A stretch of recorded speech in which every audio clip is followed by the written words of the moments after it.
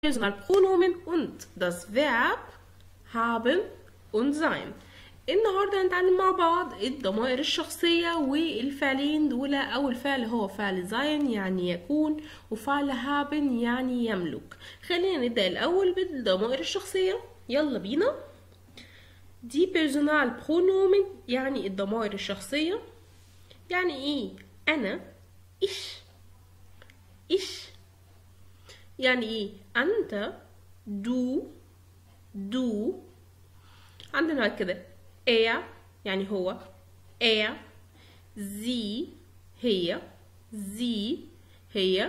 es للمحايد. باخد بالي ان الزي الاس بتتكتب صغيرة، بتتكتب klein. wir نحن، ihr أنتم، sie هم، حضرتك. يبقى احنا كده عندنا 3 زي في اللغة الألمانية. 2 بيكتبوا بأول حرف صغير، واحدة معناها هي والتانية معناها هم، وزي بكروس، ودي بتستخدم لصيغة الاحترام، ودي بنستخدمها عشان أعبر عن كلمة حضرتك. خلينا نقرأهم مرة تانية، حاول تكرر ورايا.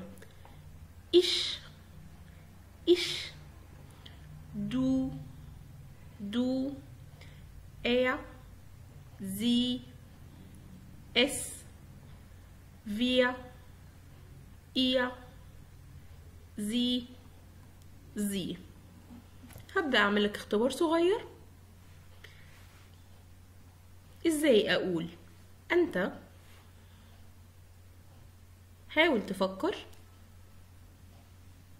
إجابة صحيحة do. مرة كمان، ازاي أقول هو؟ حاول تفكر. برافو. آخر واحدة، ازاي أقول أنا؟ إيش برافو.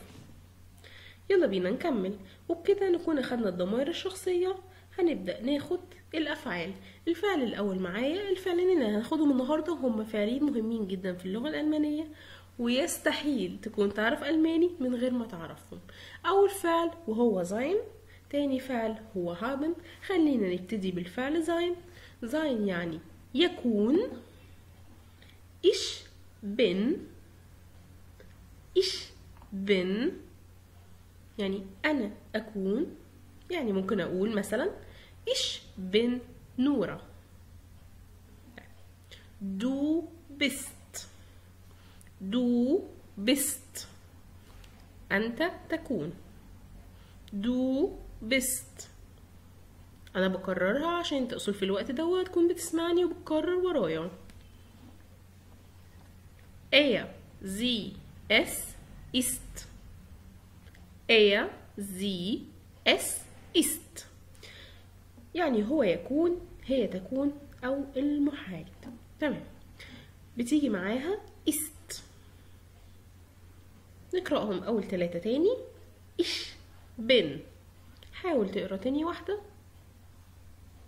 du bist. الأخيرة sie es ist. طيب، wir sind يعني نحن نكون. wir sind. ihr seid يعني أنتم تكونوا. ihr seid. sie sind.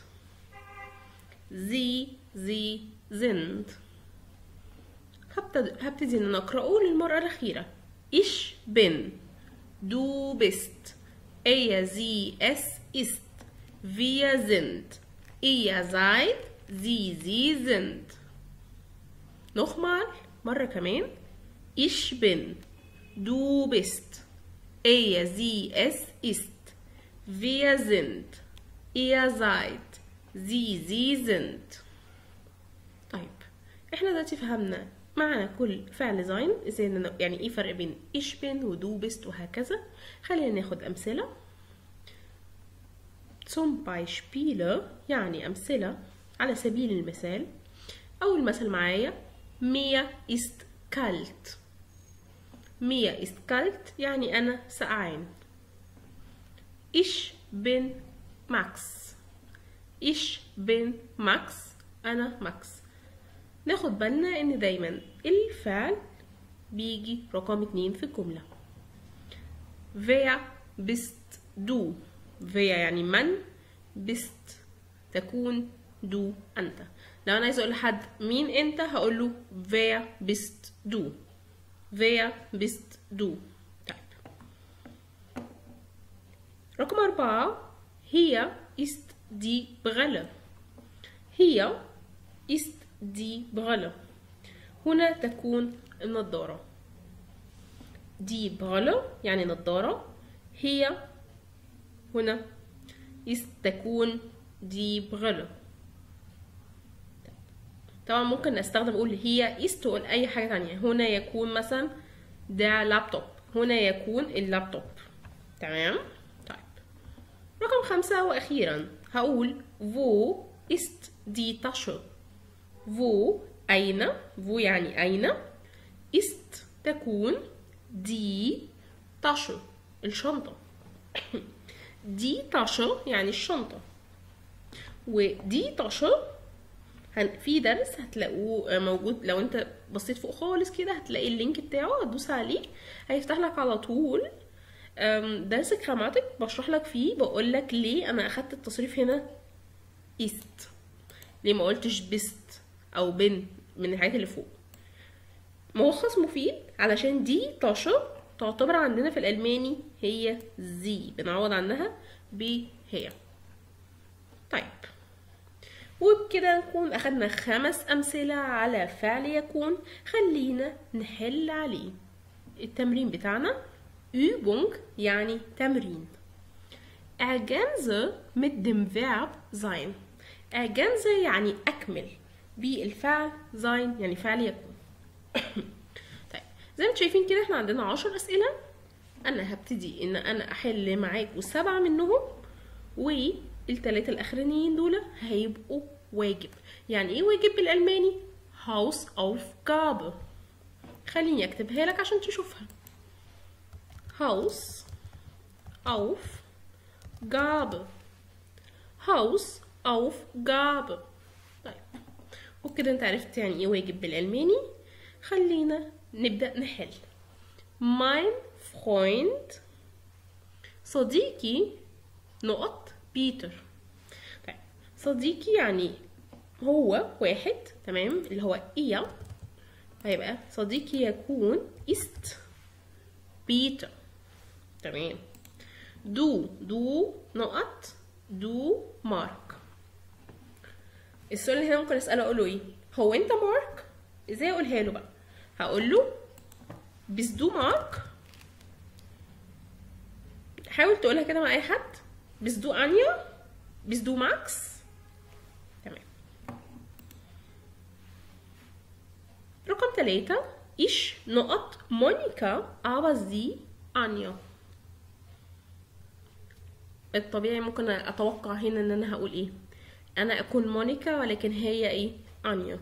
طيب ايش بيجي معاها؟ بن. برافو. ايش بن مونيكا. ابا زي بقى باخد بالي ان زي هنا صغيره. تمام. حد يجي يقول لي طب انا اعرف امتى اذا كان معناها هنا يقصد بيها هي المؤنث او هم؟ بيبان من باقي الجمله. يعني هنا انيا اسم حتى شخص مؤنث مفرد. تمام. مش مثلا بقول انيا und ليزا او انيا und ماكس، ففي الحاله دي هقول هم. تمام. ولكن هنا معناها هي زي ist انيا. حلو جدا. رقم 4 meine Schwester. meine Schwester يعني اختي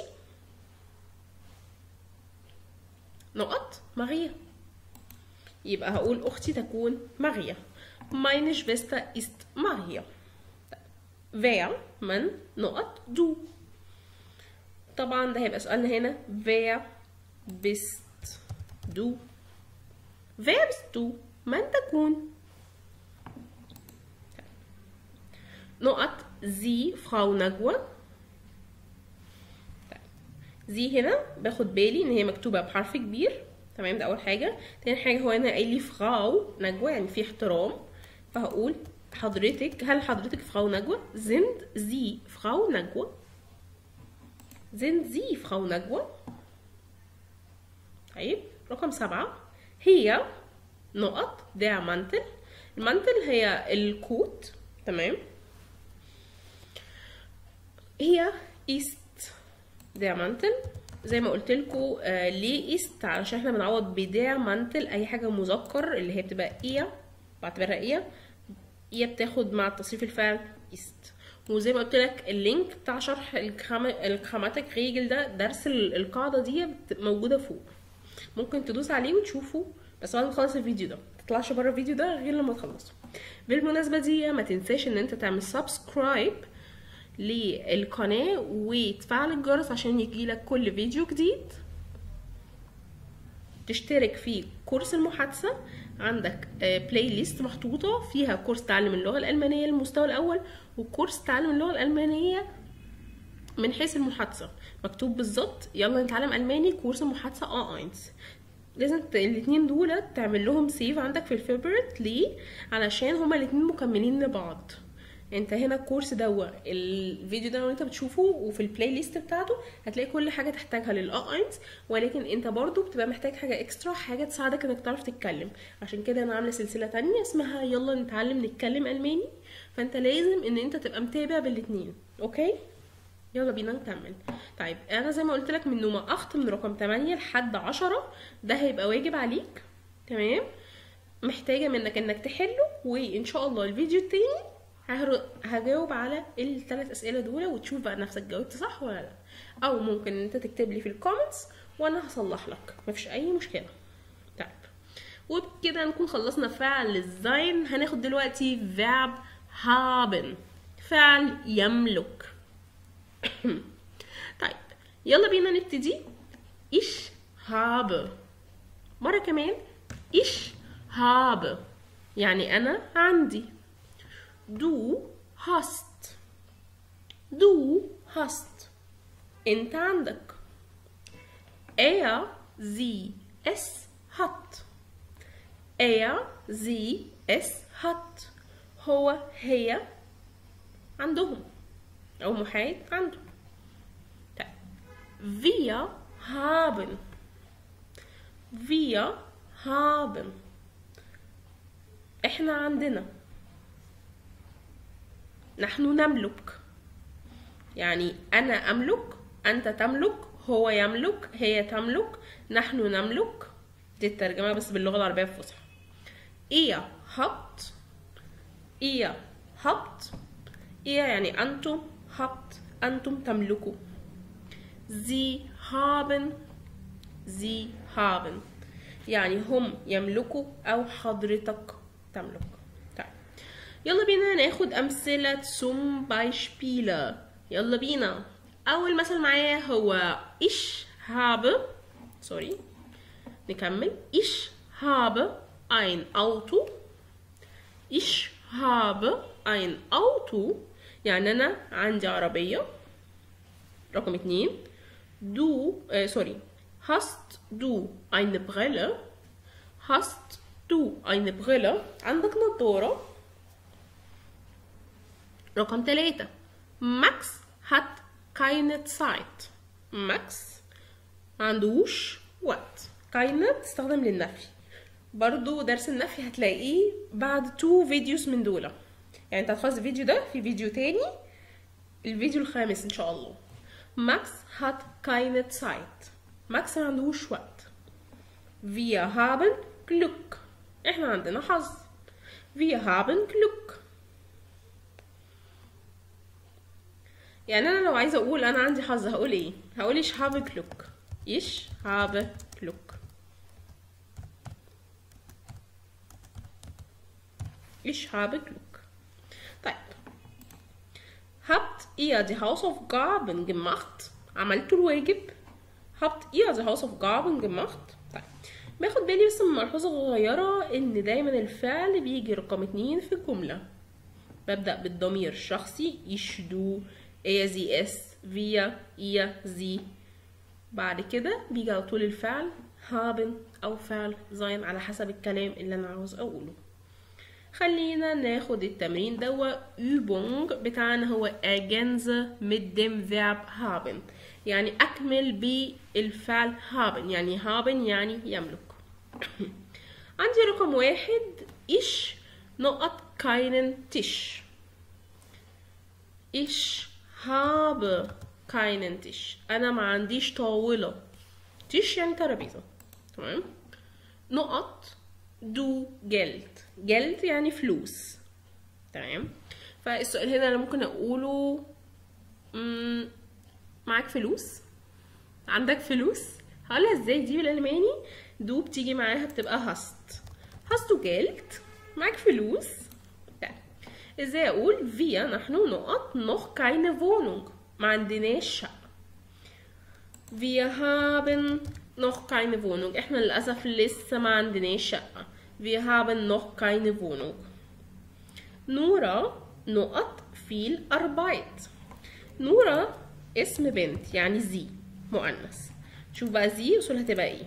طيب نقط زي einen لابتوب. اخر 2 مطلوب منك ان انت تحلهم، دول هيبقوا برضو Hausaufgaben. يبقى انت كده عندك 3 جمل اصول تحلهم على فعل sein يعني فعل يكون، وجملتين مطلوب منك تحلهم على فعل haben فعل يملك، يعني 5 جمل Hausaufgabe اتفقنا يعني واجب. اكتب لي الاجابات في الكومنت وانا هصححها لك، او في الفيديو التاني هتلاقي الاجابات على طول. اقدر اقولك دلوقتي tschüss und bis bald.